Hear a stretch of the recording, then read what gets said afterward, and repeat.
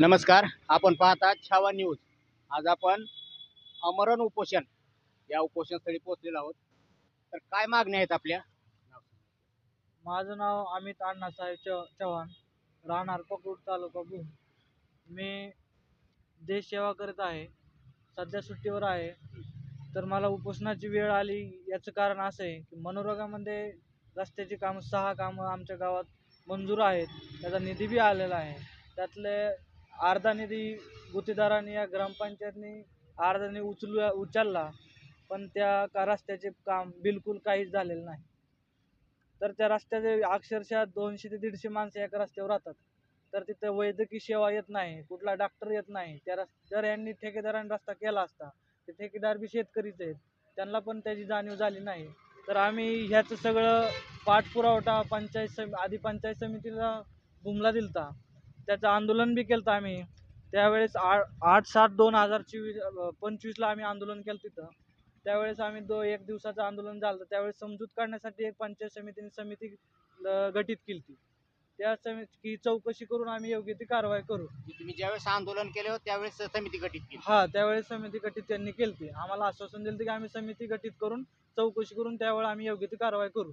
त्याचा निकाल आला का? त्यांच्यात काही निकाल झालेला नाही। अरे दबाव आलेला असल्यामुळं काय की त्यांचा दबाव झाला, काय माहित नाही। त्यांनी ते दबावावर कोणावर आणला? तुमच्यावरती आणला का त्यांच्या? ते प्रकरण जाग्यावर दाबलं त्यांनी। काहीच आम्हाला रिझल्ट म्हणून काही कुठल्या गोष्टीचा रिझल्ट दिलेला नाही।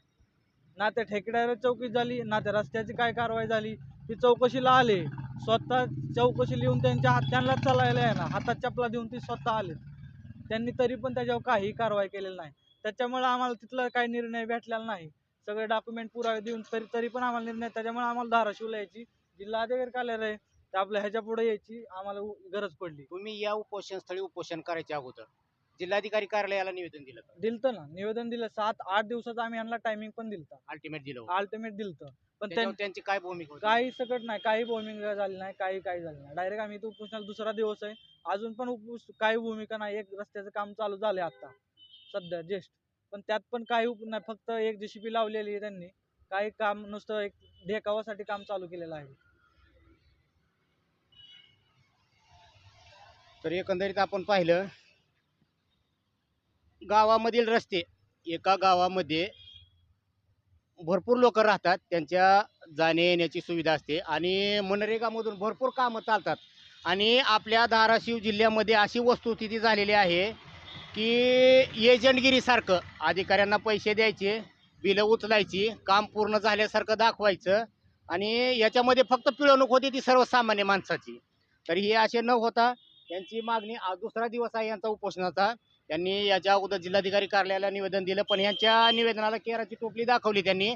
आणि आज यांच्यावरती, आज हे फौजी आहेत, विचार करायची गोष्ट आहे। जय जवान जय किसान म्हणून आपण नारा देतो, जवान सीमेवरती गोळ्या खातो आणि किसान शेतात आत्महत्या करून मरतोय, आज ही वस्तुस्थिती आहे। तर यांच्या उपोषणाची दखल घेऊन शासनाने यांच्या मागण्या तत्काळ पूर्ण कराव्या। धन्यवाद।